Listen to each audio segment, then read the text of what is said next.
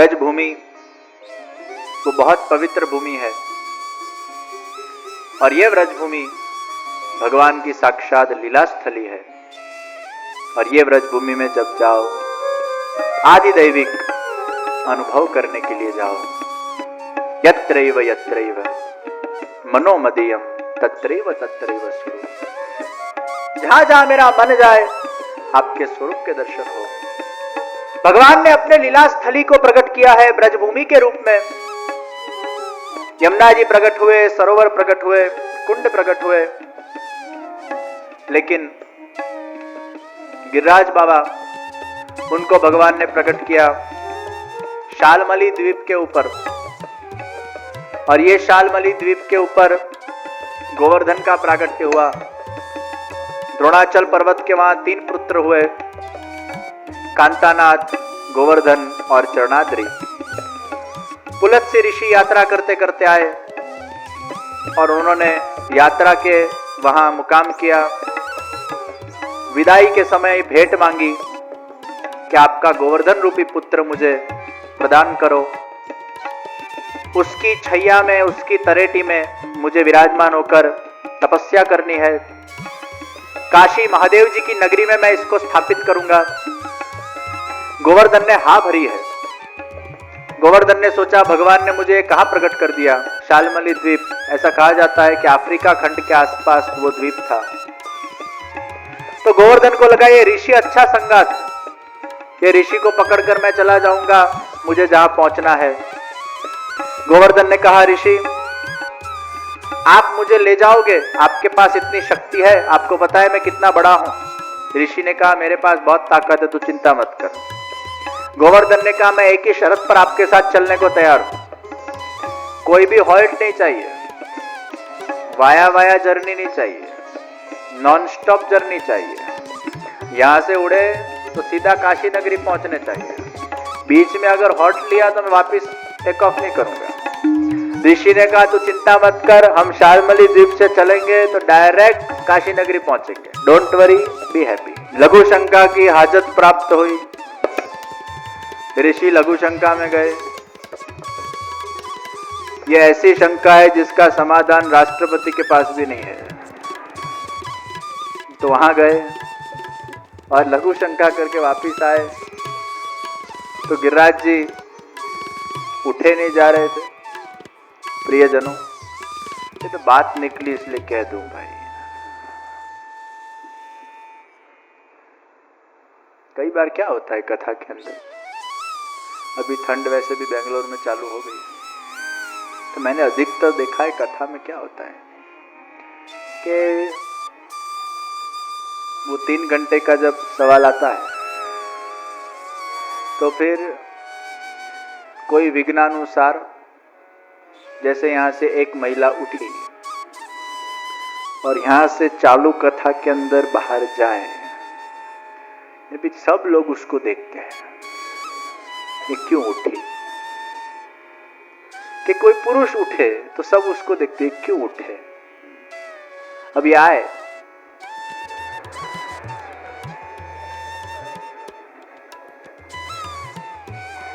इनका शंका का समाधान हो चुका है।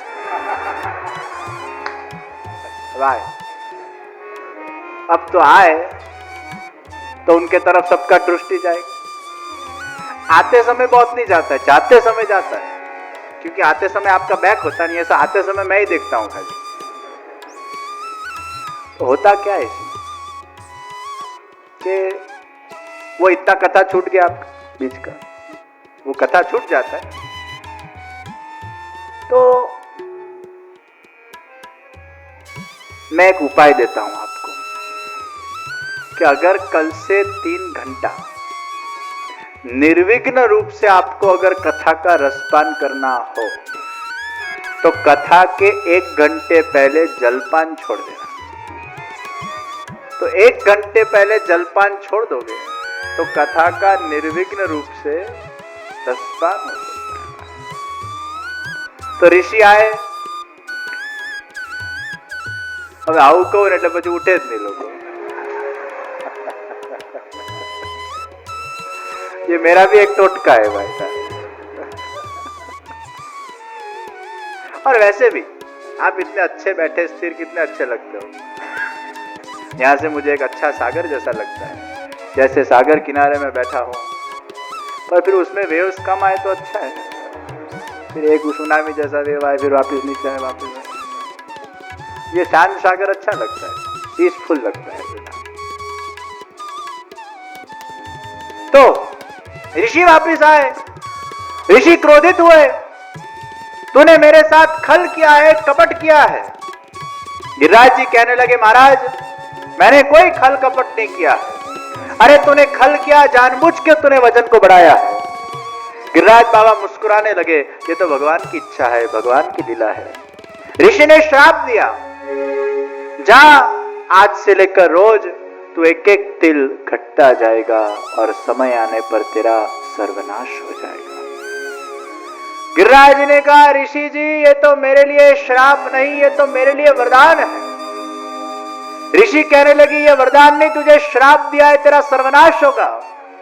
गिरिराज जी कहने लगे, नहीं ऋषि, मैं भी एक दिन नीचे समा जाना चाहता हूं, क्योंकि भगवान जब यहां से लीला करके पधार जाएंगे और घोर कलयुग आएगा, तब मेरे ऊपर लोग अत्याचार करेंगे, केमिकल वाला दूध चढ़ेगा। और 2014 के अंदर बेंगलोर से जब लोग मेरे मुखारविंद पर आएंगे और मेरे पर जब केमिकल वाला दूध चढ़ाएंगे, उससे अच्छा है कि एक दिन हम धरती के अंदर समा जाए। ये वरदान है, ये मेरे लिए श्राप नहीं है। प्रियजनों, हम गिरिराज जी के ऊपर कैसा कैसा दूध चढ़ाते हैं। कई लोग 100 200 लीटर की मानता लेते। इतनी सारी मानता लेने की क्या जरूरत है? आप मानता लो तो सामग्री की लो, शुद्ध दूध से बनाई गई सामग्री को गिरिराज बाबा को भोग करो और उसके प्रसाद को गरीबों के अंदर बांटो, तो प्रभु की सेवा भी हो जाएगी और साथ में मानव की सेवा भी हो जाएगी। तो प्रभु सेवा और मानव सेवा, ये दोनों सेवा जिसमें होती हो, ऐसे गिरिराज बाबा का आप पूजन करिए। दुग्धाभिषेक सूक्ष्म क्रम रखिए। हाँ, गिरिराज जी पर इतना सारा दूध चढ़ता है, वो बहुत सारे 5-5 लीटर वाले, आज 1 लाख लोग इकट्ठे हो जाए तो 5 लाख लीटर हो जाते, इसलिए अपन को स्वरूप बड़ा लगता है। लेकिन एक एक आदमी मैंने देखा है 1-1 हजार लीटर, 500 लीटर, 200 लीटर, इतना दूध चढ़ाने के अंदर चढ़ाओ, आपकी भावना है, लेकिन 11 लीटर का भले दूध चढ़ाओ और सामग्री का विशेष क्रम रखो और वहां के गरीबों के अंदर वो सामग्री को आप बांटो, तो प्रभु सेवा के साथ मानव सेवा भी होगी। ये सुंदर सिद्धांत वहां संस्थापित हो सकता है। तो अरे ऋषि, ये श्राप नहीं, ये तो वरदान है। प्रियजनों, आज भी गिरिराज बाबा घटते जा रहे हैं, यमुना जी घटते जा रहे। पहले ऐसा कहा जाता था कि गिरिराज बाबा की छांव वो विश्राम घाट तक पहुंचती थी, वहां से गिरिराज जी दिखाई देते थे। आज गिरिराज जी कितने घटते गए। सच बोलूं, आज 7 कोस के गिरिराज जी है ही नहीं, 5 कोस के ही हो गए। पहले गिरिराज जी 9 कोस के थे, क्योंकि जो पूंछ आती है वो वैसे भी कम हाइट की होती है ना, ऐसे गिरिराज जी ऐसे जाते हैं, तो जो पूंछ थी वो दबती गई, वो पहले नीचे जाती है। तो पहले 9 कोस के थे, फिर 7 कोस के हो गए। अब गिरिराज जी एक्चुअली अगर आप मापने जाए तो 5 कोस के रह गए। इसलिए आप 5 कोस की परिक्रमा आप करो तो भी कोई वादा नहीं है, क्योंकि एक्चुअल गिरिराज जी 5 कोस के रह गए, घटते गए। प्रियजनों, जब घोल कलयुग आएगा, ऐसा लिखा है श्रीमद् भागवत के अंदर, सब कुछ घटता जाएगा। व्यक्ति की उम्र घटती जाएगी, हाइट घटती जाएगी, और वैसे भी आप देखो घटता जा रहा है माहौल। पहले के जमाने में आज 150 फीट के लोग थे, भीम 100 फीट का था, दुर्योधन 50 फुट का था। और आज भी आप राजस्थान में किलों के अंदर जाओ, कितने बड़े बड़े उसके दरवाजे ऊंचे ऊंचे होते। उस वक्त के 200 साल 300 साल पहले के जो राजा थे वो भी बहुत बड़े बड़े लंबे लंबे हाइट के, 20-20 फुट के, 25-25 फुट के थे। फिर वो घटते गए। पहले के जमाने में 1000-1000 साल लोग तपस्या करते थे, जीते कितना होंगे, 5-5 हजार साल की आयुष्य थी। वो धीरे धीरे धीरे सतयुग से घटती गई, फिर त्रेता में आई, द्वापर के अंदर घटती गई, कलयुग के अंदर घटती गई। अब एवरेज 75 से 100 के बीच का एवरेज आ गया। अब वो भी घटता जाएगा, भागवत के अंदर वर्णन है। और वैसे भी ये पॉल्यूशन इतना बढ़ रहा है, ओजोन लेयर के अंदर छेद हो गया है, वेदर के इम्बैलेंस होने लगे हैं। व्यक्ति ने विज्ञान के अंदर जितनी प्रगति की, जितना पॉल्यूशन बढ़ रहा है, वो भी एक इफेक्टिव कारण है कि व्यक्ति की आयु वो घट रही है। पहले के जमाने में तो सांस रोककर योगी वो आयु को बढ़ा लेते थे। आज आपकी सांस लिखी होती है, आयु नहीं लिखी होती। तो हम कितनी सांस लेते हैं उसके ऊपर नक्की होता है कितना हमारा आयुष्य है। तो योगी लोग बहुत कम सांस लेते थे, आयुष्य बढ़ जाता। तो ऐसा लिखा है भागवत के अंदर कि जब घोर कलयुग आएगा तो व्यक्ति की एवरेज उम्र वो 30-35 साल की हो जाएगी। तब वो समय आएगा चाइल्ड मैरिजेस वापस शुरू हो जाएंगे, क्योंकि 35 साल ही जीने का होता है, तो वे 30 साल में शादी ना करेंगे। वापस चाइल्ड मैरिजेस होने लगे, 15-16 साल में आदमी शादी कर लेगा, उसके बच्चे हो जाए 35 साल में ऊपर। और ऐसा कहा गया है व्यक्ति की जो हाइट है वो 3 फीट की हो जाएगी। हाइट भी घटती घटती घटती घटती 3 फुट पर चली जाएगी। तो उम्र भी घटेगी, हाइट भी घटेगी। गिरिराज जी भी घट रहे हैं, श्री यमुना जी भी घट रहे हैं। श्री गिरिराज बाबा विराजमान हुए। फिर तो भगवान कृष्ण का प्रागट्य हुआ, भगवान कृष्ण की सुंदर लीला हुई। और वही गिरिराज बाबा की तरेटी में से 590 साल पूर्व एक अलौकिक घटना हुई। 590 साल पूर्व गिरिराज बाबा की तरेटी में से भगवान श्रीनाथ जी का वाम हस्त का प्रागट्य हुआ। नाग पंचमी के दिन एक व्रजवासी ने ये भुजा के दर्शन किए और भुजा के दर्शन करके चाहू और दौड़ने लगा, भागने लगा, चिल्लाने लगा, अरे चमत्कार हुआ, चमत्कार हुआ, चमत्कार हुआ। अरे हमारे ब्रज के अंदर एक भुजा का प्रागट्य हुआ।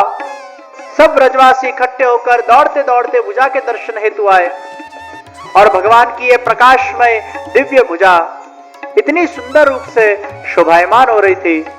और भगवान को देखा नहीं कि लोगों ने मांगना चालू किया नहीं।